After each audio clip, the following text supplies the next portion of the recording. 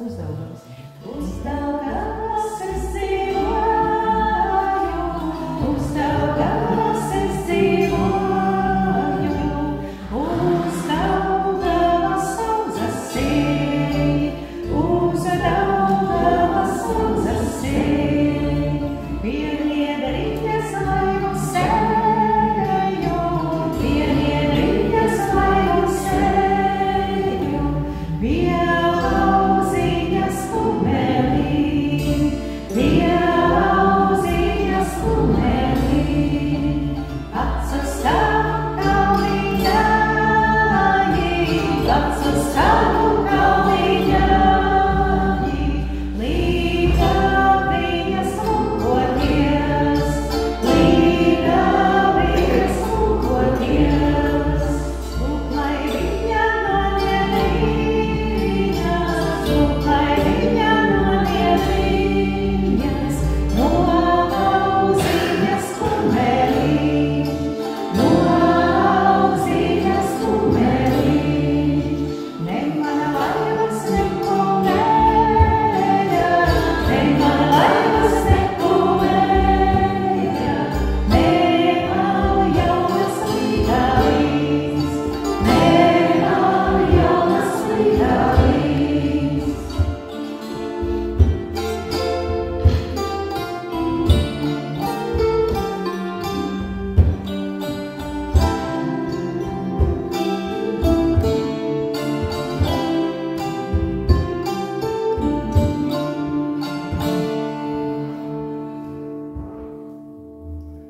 Ļoti dramatiska dziesma. Tieši par to cilvēku vispār kā tāda drāma, kad cilvēks grib paturēt lietas, viņš grib šo taustāmo pasauli kā saka, nevis vienkārši kā paturēt, bet caur šo te paturēšanas momentu viņi arī kļūst materiāli. Tas kvantu fizikā tas veidotāja princips, kad materializēs tas, ko mēs redzam, kur esam tā kā klātesīgi līdz ar to kā radītāji. Un tāpēc šī pasaule kā mums nevar būt bez tā, kad mēs nepaturēt prātā, atmiņā, tā kā neaktualizējam to, ka mums viņa ir nozīmīga.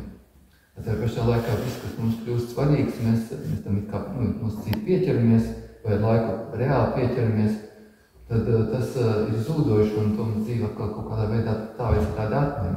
Tāpēc, kad tas ir seriāli, īstenība visu laiku ir tulkoši, viņa nav tāda, kas apstājās un gaida, ka mēs izspēlēsimies, iesim tālāk. Vējš turpina plūst, vējš, ūdens plūst, ja viss notiek, kopi aug un dzīves laiku notiek.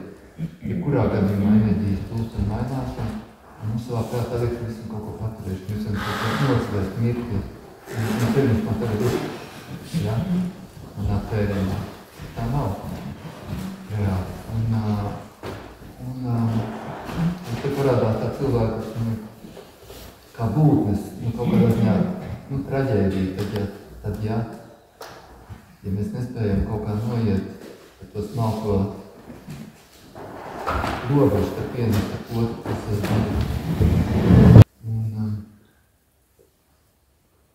un tāds tas stāsts, viņš jau sākas ar to, ka tu dzīvo uz ūdens, ja? Un auzas, ko tu sēti ūdeni, tas ir nodomu sēklas, tā kā radīšanas sēklas. Un jā, viņas tīkst, viņas aug, bet tas ir process, tas visu laiku pārtulkošs process. Radīšanas notikums nemitīgs. Un cilvēkam savā prātā ir gaļas neiespējami tā dzīvot. Tur ir vajadzīgs cits prāts. Tad nedara dzīvot pēc cilvēku prāta, iznāk, ka tev jādzīvo pēc Dieva prāta, pēc šī radīšanas principu visu laiku.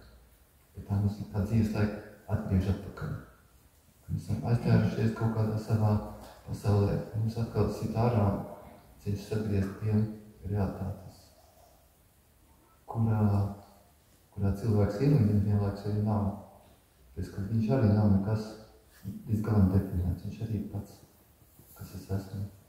No kādā plānā tu jautās, tas ir mainīgs dabas tāds pieredzējums.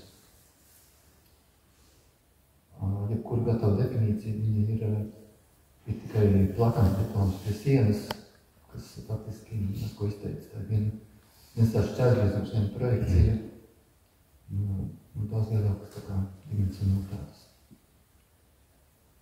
Mēs nekad nevaram pateikt, kas mēs esam. Mēs vienmēr esam kaut kas vairāk nekā mēs par sevi domājam, un citi cilvēki arī tāpat.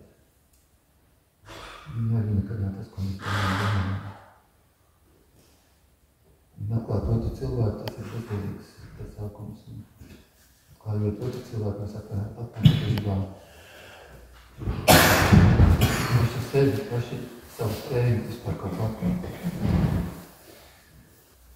Kad tas visādos tādos tekstos parādās, bet viena lieta to tā kā just un zināt un pieredzēt savu sevi, apzināties, un cita lieta ir to aprakstīt tekstos, un tāpēc